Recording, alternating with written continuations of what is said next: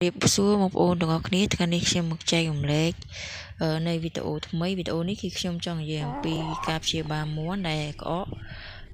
មាន់ដែលមានបញ្ហាផ្លូវដង្ហើមវាដកមកតឹងគឺខកដូចមាន់នេះបែបនេះអញ្ចឹងវាដកពិបាកដកដង្ហើមហើយវាសង្កត់មិនសូវស៊ីចំណីរបៀបនៃការធ្វើគឺងាយស្រួលហើយគ្រឿងផ្សំរបស់វាគឺមានតែប្រហែលមុខទេគ្រឿងផ្សំទី1គឺ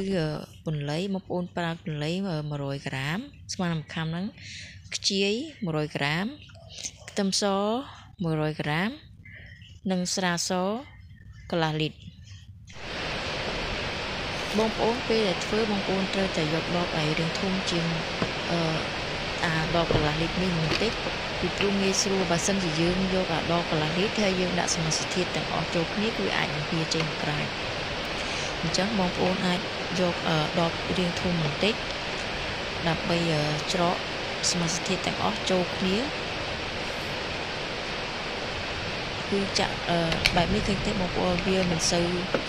ពេលដែលយើងដាក់សមាសធាតុចូលទៅវាមិនហៀចេញមកក្រៅខ្ទឹមសបងប្អូនអាចហាន់ជាម្ទាំងក៏បាន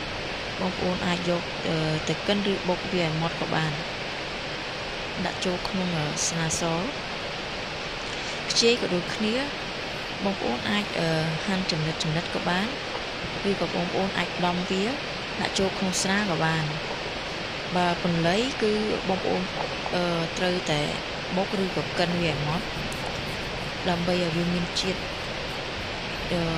បានឆាប់ពន្លៃគឺបងប្អូនត្រូវកិនមកបើសិនជាបងប្អូនមានម៉ាស៊ីនកិនគឺងាយស្រួលបងប្អូនកិនដាក់ចូលលាយគ្នាទាំងអស់សមាសធាតុទាំង3 4មុខនេះបើបងប្អូនដាក់លាយចូលគ្នាហើយបងប្អូនត្រូវត្រាំវាជាស្រាបងប្អូនត្រូវទុករយៈពេលកន្លះខែទើបបងប្អូនអាចយកវាមកប្រើបានបងប្អូនត្រូវយកតែទឹកទេដើម្បីច្រកមាន់ដែលឈឺទីទៀតខ្ញុំនឹងប្រើពីរបៀបប្រើប្រាស់សម្រាប់មាន់ឈឺតែយើងត្រូវប្រើបរិមាណប្រមាណដើម្បីច្រកចូលក្នុងមាត់មាន់ដែលវាឈឺនោះអញ្ចឹងបងប្អូនមើលវីដេអូនេះពីរបៀបនៃការច្រកការលាយសមាសធាតុផ្សំទាំងអស់នេះគឺចូល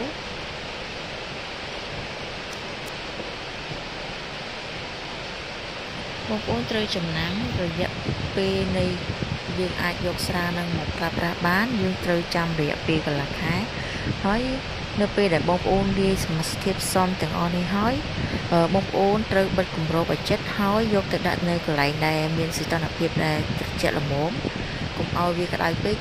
ពេលណាកាលណាដែលយើងដាក់នៅកន្លែងក្តៅពេកធ្វើឲ្យខូចទឹកថ្នាំរបស់យើងរបៀបនៃការប្រើប្រាស់នៅពេលដែលបងប្អូនត្រាំវារយៈពេល15ថ្ងៃហ្នឹងហើយបងប្អូនត្រូវយកតែទឹកទេយកតែទឹកដែលคล้ายទៅជាថ្នាំនេះដែលយើងត្រាំកន្លះខែហ្នឹងដែលវាคล้ายទៅជាថ្នាំនៅពេលដែលមាន់យើងមានជំងឺបងប្អូនត្រូវបូម1 cc សម្រាប់មាន់1គីឡូឡើងប៉ុន្តែសម្រាប់មាន់8ខាំចុះក្រោមបងប្អូនត្រូវប្រើតែកន្លះ cc ទេបងប្អូនបូមថ្នាំនឹងហើយបងប្អូនយកទៅច្រកក្នុង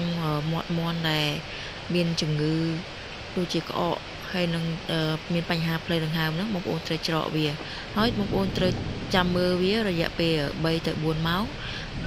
បើសិនជាមាន់យើងហ្នឹង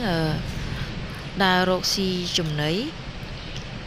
ធម្មតាបានន័យថាថ្នាំយើងមានប្រសិទ្ធភាពហើយនេះសារ៉ាង1 cc បងប្អូនអាចប្រើតាមរបៀបនេះបានខ្ញុំធ្វើមាន់ខ្ញុំហើយគឺវាមានប្រសិទ្ធភាពទើបខ្ញុំចែករំលែកវីដេអូនេះដើម្បីឲ្យបងប្អូនបានដឹងទាំងអស់គ្នា อกุนสำหรับการตามนามวิดีโอนี้ตั้งពីដើមរហូតដល់ចប់សូមជួយចុច Subscribe ដើម្បីបានវីដេអូថ្មីៗបើសិនជាខ្ញុំពិសោធន៍លើមាន់ខ្ញុំបានថាឃើញថាបានផលល្អខ្ញុំនឹងផុសចែកម្លែកបងប្អូនទាំងអស់គ្នា